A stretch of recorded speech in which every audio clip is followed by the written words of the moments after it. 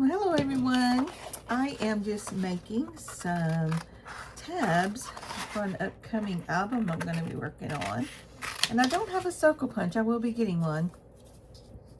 But I just printed out a page of 2-inch circles. I just made this document in Canva. And so I printed it on the back side of this pretty decorative paper.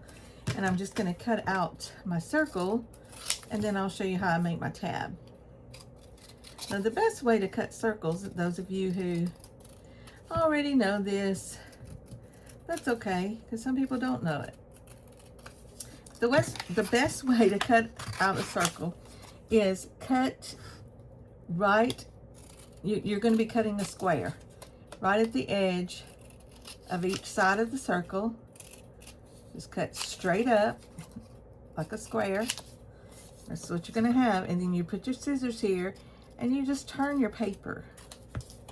When you're doing fussy cutting, turn your paper more than your scissors. It just makes it easier, and it also gives you better control. And this would go really fast if you were listening to a podcast or something. It would go really fast. Okay, once I've got my circles cut out, to make my tab, I am going to flip it over and see what side I like best. I'm going to do this one like this. I fold the circle in half with my bone folder. Give that a really good crease. And this is my notch punch. It makes a notch for pockets. And I turn it over and I just put the folded edge corner right into the center at an angle. And I have a little pencil mark in my punch. And then I turn it over and punch that out, and then just do the other side of your circle. And there have the cutest little tab. Let's just say this is one of our scrapbook pages, our tag. Look at this. How cute is this tab? I love it. So that's just an easy way to make a tab. And I thought I'd just make some of these real quick and talk to you for a minute. I just got back from our Sunday morning service, and we had a visiting minister, very good message. But I was talking to some of the ladies.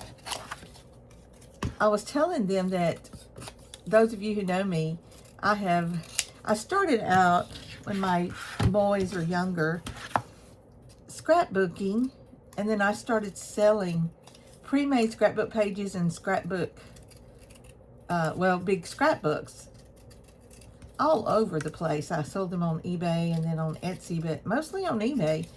And literally all over. I mean, I had some go to other countries. It was just such a popular thing back then.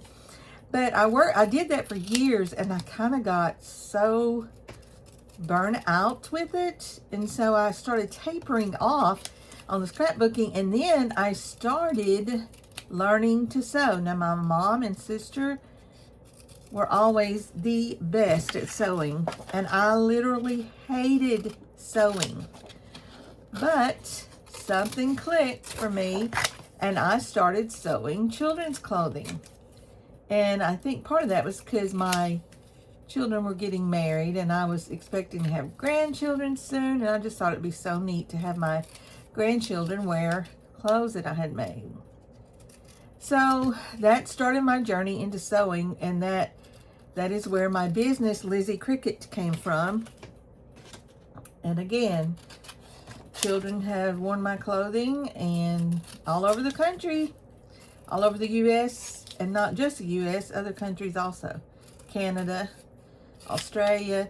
But anyway, what happened recently, you know, Rich has been gone since November of 22, and so that'll be 4 years this November.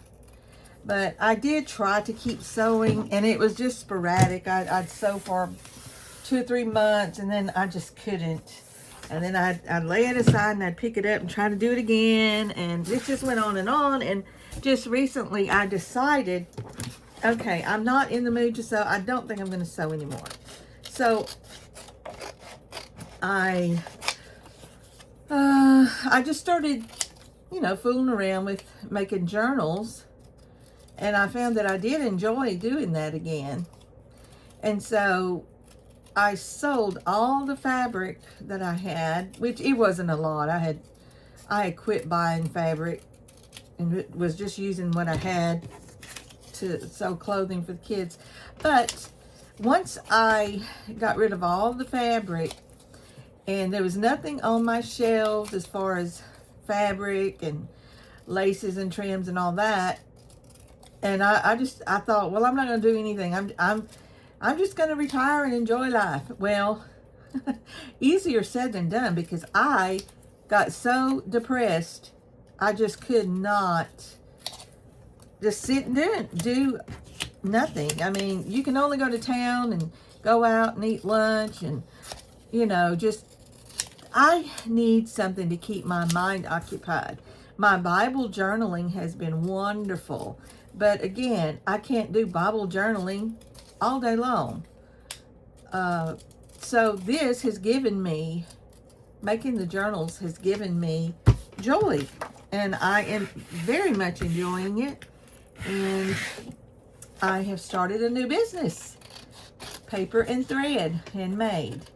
And I hope you will join my page on Facebook. It's just getting started. And I'm having to learn all over again. It's a new business. It's new supplies. So I'm just starting to buy, cut that one crooked.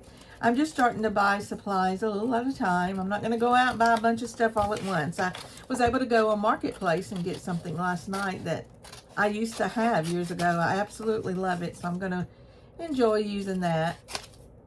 So ladies, hope you will join Paper and Time Handmade. Not Paper and Time. Paper and Thread Handmade on Facebook. Thank you all for watching, and until next time, bye-bye.